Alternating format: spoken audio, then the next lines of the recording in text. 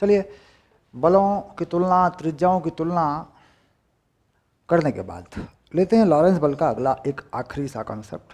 अगर आ जाए तो फ्री के नंबर है बिल्कुल, और आता बहुत है, ये मान के चलो। ठीक, इसे कहते हैं वेग वर्णनकर्ता। वेग वर्णनकर्ता, वेग वर्णनकर्ता यानी वेलोसिटी सेलेक्टर। सिंपल सी बात है, कोई बड़ी चीज़ नहीं है। रिवीजन में क्या है कि तुम लोग सारी चीज़ें पढ़ चुके हो, मेरा काम है तुम्हें सिर्फ उन चीज़ों को याद दिलाना। और जिन लोगों ने पहले से नहीं पढ़ा है वो लोग इस रिवीजन को छोड़ दें, क्योंकि वो यहाँ आके उलझेंगे। जैसे अपने तरीके से आप पढ़ रहे हैं, अपने तरीके से पढ़ते रहिए, क्योंकि रिवीजन बेसिकली मैं बनाता हूँ इस आधार पर कि बच्चे मेरे फुल कोर्स में हैं, वो पढ़ चुके हैं, वो पढ़ रहे हैं।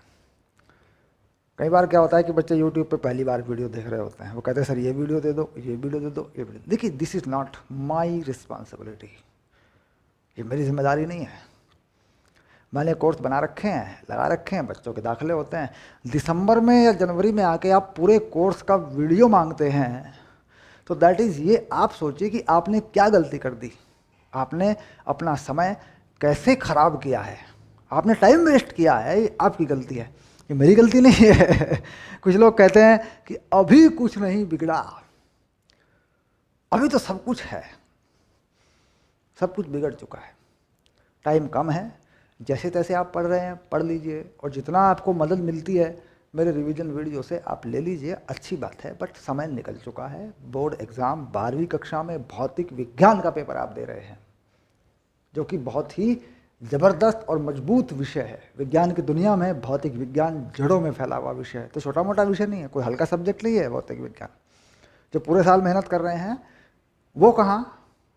अगर कोई आदमी 1-1.5 महीने में पढ़ के अच्छे नंबर ले आएगा तो फिर वो कौन लोग हैं जो पूरे साल मेहनत कर रहे हैं? तो ये चीज़ नहीं होती है। जो भी आपकी हेल्प हो जाए, यूट्यूब पे आप देख रहे हैं या आप रिवीजन में जा कर के अपना कोर्स में दाखिला लेके देख रहे हैं, दैट इज़ अच्छी बात है। मुझे फ़ोन करिए, मैं आपकी हेल्प कर दूंगा जो भी हो सकेगी। नोट्स असाइनमेंट हम दे ही रहे हैं। दैट इज़, समय चला गया, समय निकल गया, ये सच है। और निकले हुए समय को पकड़ा नहीं जा सकता। सांप निकल गया, लकीर पीटते रहो, सांप नहीं मिलता लकीर पीटने से। बाकी आप खुद समझदार हैं। ठीक, कुछ लोग समझदारी को छोड़ देते हैं, कुछ बच्चे समझदार होना ही नहीं चाहते, वो ये मानने को तैयार नहीं होते कि समय निकल गया। जबकि समय निकल गया। पढ़ाई अप्रैल से चली थी, मार्च से अब तक चल रही है। कोर्स बच्चों के हो चुके हैं, ज़्यादातर कोर्स बच्चे कर गए हैं, रिवीजन भी कर गए हैं।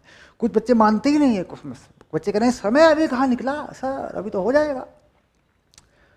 क्या हो जाएगा, कितना हो जाएगा? तो जितना हो जाएगा उतना कर लीजिए, हम कब मना करें।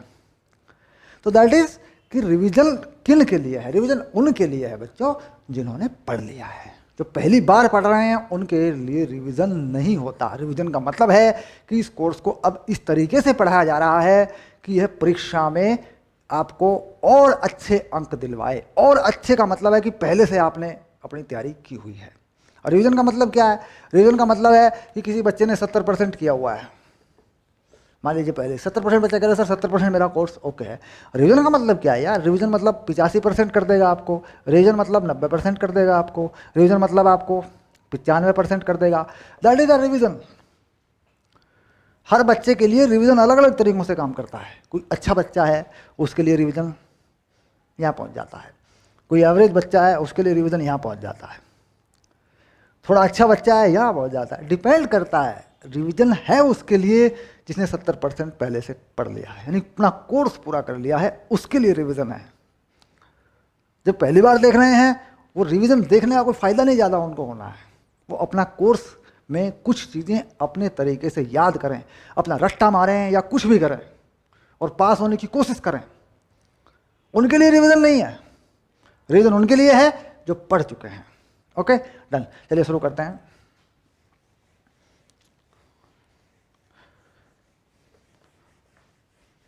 चलिए अब हम आ गए दूसरी इंपॉर्टेंट बात पर।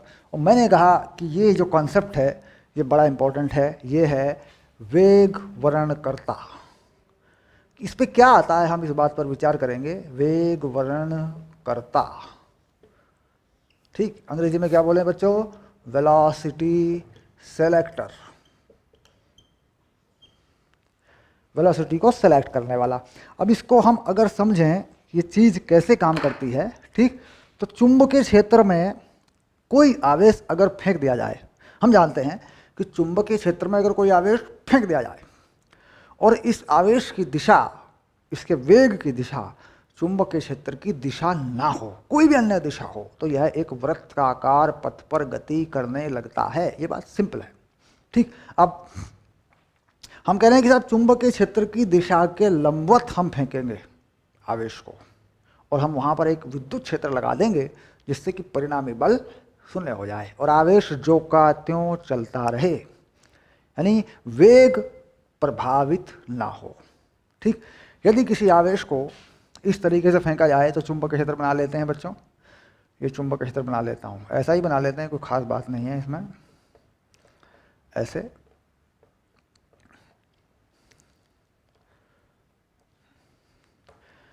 ठीक, अब इस चुंबकीय क्षेत्र में इसको लिख देते हैं B। एक आवेश को इस प्रकार फेंक देते हैं कि वह इसके लंबवत हो, तो ये मान लिया हमने प्लस Q आवेश और इसको मैंने एक वेग दे दिया V आगे की तरफ, और ये वेग अगर मैं देखूं ये आवेश इस तरफ को जाएगा, ये हम जानते हैं, लेकिन हम इस आवेश को इस तरफ ना ले जाएं, सीधा इसको चलाते रहें और इस आवेश को यहाँ निकाल ले, ला करके बिल्कुल उसी वेग से यहाँ निकाल लें जो कहता हूँ, सेम। तो इसका मतलब है इस आवेश पर कोई भी बल नहीं लगा, यह आवेश जो कहते हो आगे की तरफ चलता रहा। अब हम देख रहे हैं कि इस आवेश पर जो बल लगेगा दैट इज वो किस तरह का, घुमा के देखें हाथ, तो इस आवेश पर एक बल लगेगा ऊपर की तरफ जिसे हम कहते हैं F चुंबकीय। अगर हम इसी बल के बराबर नीचे की तरफ एक F बल लगा दें विद्युत, ठीक, तो परिणामी बल शून्य हो जाएगा। यानी वेग वर्णनकर्ता की शर्त क्या है, कोई आवेश चुंबकीय क्षेत्र में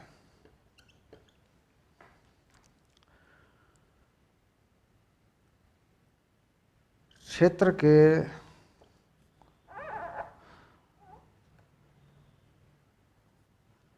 लंबवत गति करे एवं आवेश का वेग प्रभावित ना हो,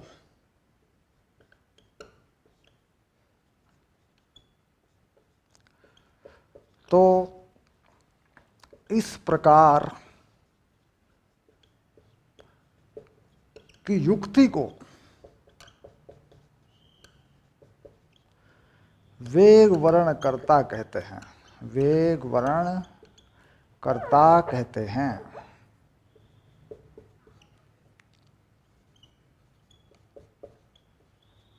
सिंपल, कोई आवेश चुंबकीय क्षेत्र में के क्षेत्र लंबवत गति करे एवं आवेश का वेग प्रभावित ना हो, तो इस प्रकार की युक्ति को वेग वर्णनकर्ता कहते हैं। तो ऐसे केस में क्या करते हैं, F चुंबकीय और F विद्युत और ऐसे कर देते हैं। देखो दोनों बल समान और दिशा में एक दूसरे के विपरीत, माइनस लगने का मतलब क्या हो गया कि दिशा में एक दूसरे के विपरीत हैं, सिंपल सी बात है, ठीक। अब ये बल है किस तरह के अगर देखा जाए, एक बल है QE और एक बल है QV क्रॉस B माइनस, तो Q काट देंगे तो E आ गया माइनस V क्रॉस B, ठीक। अब लिखते हैं E बराबर VB, परिमाण में ये लिख देते हैं, कब, यदि E लंबवत B लंबवत V, ऐसे, ठीक। यानी ये लंबवत नहीं है, ठीक। E ऐसे लिखते हैं, E लंबवत V और B लंबवत V, ऐसे लिख देते हैं, ठीक। इस तरीके से लिखते हैं EVB, है ना। तो चुंबकीय बल का बिल्कुल उल्टी दिशा में विद्युत बल, वेग की दिशा के दोनों लंबवत हैं। अब यहाँ पर क्या है, E और B, ठीक, के द्वारा लगाए गए बल, ठीक है, नेट और इशू, ये तो अलग चीज़ हो गई। ई वी बी जो है, बी लगेगा अंदर की तरफ, ई आ जाएगा नीचे की तरफ, दैट इज़ लंबवत तो हैं तीनों, लंबवत तो तीनों ही हैं, तो पूरा ही भी लिख दो यार, कोई फ़र्क नहीं पड़ता, चाहे टुकड़ों में लिख दो। शर्त का जो है इस तरीके से लिख दिए, ई ऐसे लिखो, लंबवत वी और लंबवत बी ऐसे लिख दो। लो, ये शर्त हो गई। ठीक, तो यह है वेग वर्णनकर्ता। अब चुंबकीय क्षेत्र की दिशा के लंबवत, सॉरी, चुंबकीय क्षेत्र की दिशा के लंबवत, लेकिन चुंबकीय बल की दिशा के विपरीत विद्युत बल है और परिमाण में बराबर है। ये बात पक्की हो गई। तो हमारे लिए महत्वपूर्ण क्या है कि हम चुंबकीय बल की दिशा निकालें और उसकी विपरीत दिशा में विद्युत क्षेत्र लगा दें, और कितना विद्युत क्षेत्र लगा दें, इस सूत्र के अनुसार लगा दें। सूत्र है हमारे पास, ई वी बी। ठीक, अब चलिए, ये तो हो गया वेग वर्णनकर्ता का बेसिक कॉन्सेप्ट, लिख के आना है, ये इसके बारे में लिख देना है, ऐसे लिख देना है, बना के छोड़ देना है, दैट फिनिश। वेग वर्णनकर्ता के 2 नंबर हैं, आपको मिल जाएंगे, कोई चिंता वाली बात नहीं है। अब आगे चलते हैं, इस पर छोटा सा सवाल करा के देता हूँ आपको।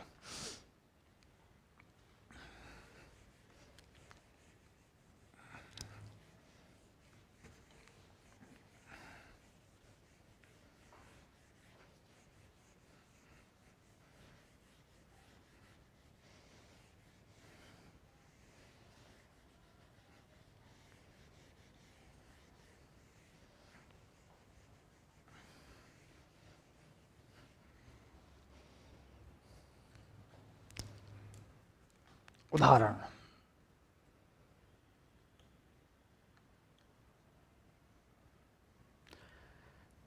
एक प्रोटॉन को वेग 10 की पावर 5 मीटर पर सेकंड से बी 10 की पावर -3 टेस्ला के चुंबकीय क्षेत्र के लंबवत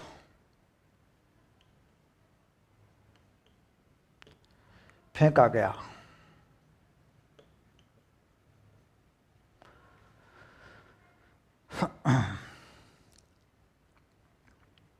यदि आवेश की गति अप्रभावित रहे, अप्रभावित है ना, देखो रहे, तो कितना विद्युत क्षेत्र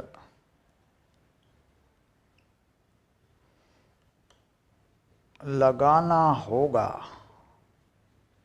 तथा किस दिशा में लगाना होगा। ये भी बात पक्की है, देखो दिशा की भी बात होगी यहाँ पे, ये बना दिया सवाल मैंने, बिल्कुल सिंपल सी भाषा बताई, देखो कितनी सरल भाषा है, देखो सीधा सिंपल सा लिखा है बिल्कुल। अब ये तो हम जान रहे हैं कि भाई ई जो है वो है वी बी, आवेश कितना है प्रोटॉन का, इससे कोई मतलब नहीं, आवेश का तो इसमें सूत्र आता ही नहीं, फार्मूले में कट जाता है दोनों तरफ से। तो कुल मिला के विद्युत क्षेत्र मिल गया मुझे, ये आ गया देखो 10 की पावर 5 और ये हो गया 10 की पावर -3, तो ये मिल गया मुझे 10 की पावर 2, मात्रक है न्यूटन प्रति कूलम। ठीक, अब विद्युत क्षेत्र की दिशा, ई की दिशा, ठीक, वी एवं बी की दिशा के लंबवत इस प्रकार होगी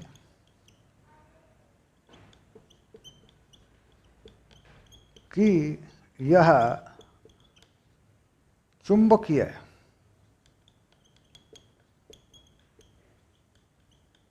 बल की विपरीत दिशा हो।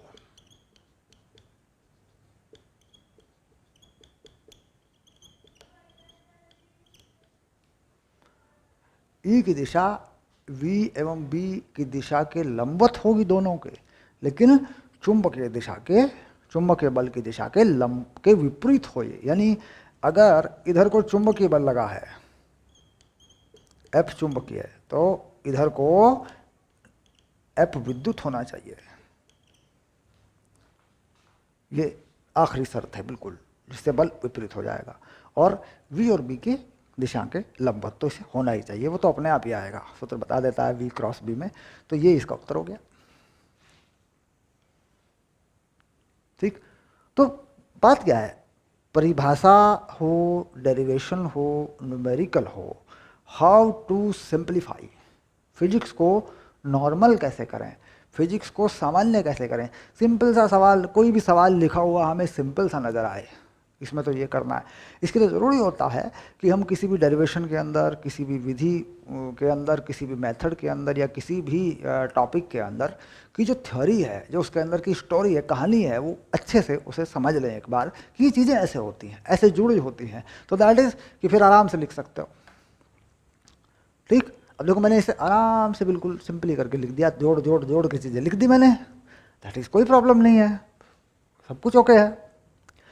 तो क्या होता है कि जब हम पढ़ रहे होते हैं तब हमें उस पढ़े हुए को, वो हमारा पढ़ा हुआ याद नहीं रहता हमें उस पढ़े हुए को दोबारा से चीज़ों को ठीक करना होता है। उसका तरीका होता है कि लिख लिख के याद करो, वैल्यू लगा लगा के याद करो, फिर सोचो यार चलो अपनी तरफ से एक दो सवाल बना लेते हैं, खुद अपना सवाल बना के देख लो कि अगर बी इधर लगा दूँ, वी इधर लगा दूँ, वेग इधर दे दूँ, चुंबकीय क्षेत्र इधर दूँ, विद्युत क्षेत्र किधर होगा, उसका मान क्या होगा, इलेक्ट्रॉन पे लगा लूँ, प्रोटॉन पे लगा लूँ, दैट इज, है ना।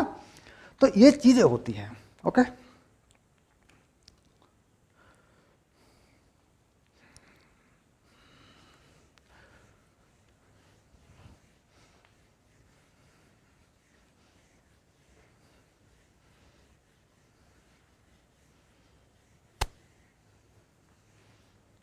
अब सदिश निरूपण में देखते हैं, एक इलेक्ट्रॉन को वेग v 10 की पावर माइनस 10 की पावर 5 है ना, ऐसे लिख दें 10 की पावर 5, 10 की पावर 4 लिख देते हैं, दैट आर नॉट इशू, कम कर देते हैं, और स्पीड को कम कर दें, मीटर पर सेकंड, आई कैप देखो से b बराबर 10 की पावर माइनस 4 जे कैप टेस्ला में फेंका गया। यदि इलेक्ट्रॉन पर परिणामी बल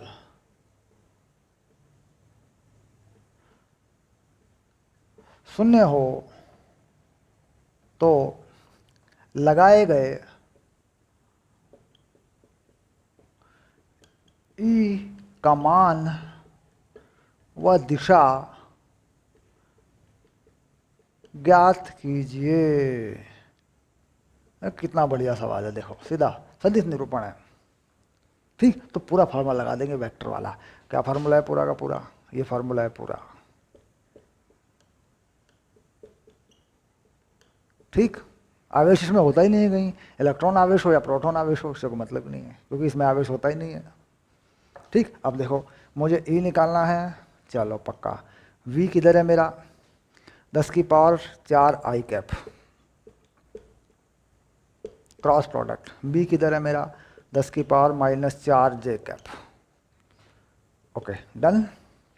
अब ये 10 की पावर 4 तो वैसे चला गया, मैंने दे रखा है इस तरीके से, ये खत्म हो गया, तो मेरा आ गया माइनस आई क्रॉस जे, तो कितना आ गया माइनस के कैप। ठीक, ये आ गया ई। ठीक, अब क्या है ई, ई का मान कितना आ रहा है 1, तो ई 1 न्यूटन प्रति कूलम। ठीक, और किधर को, ऋणात्मक के। ठीक, तो क्या लिख दूंगा,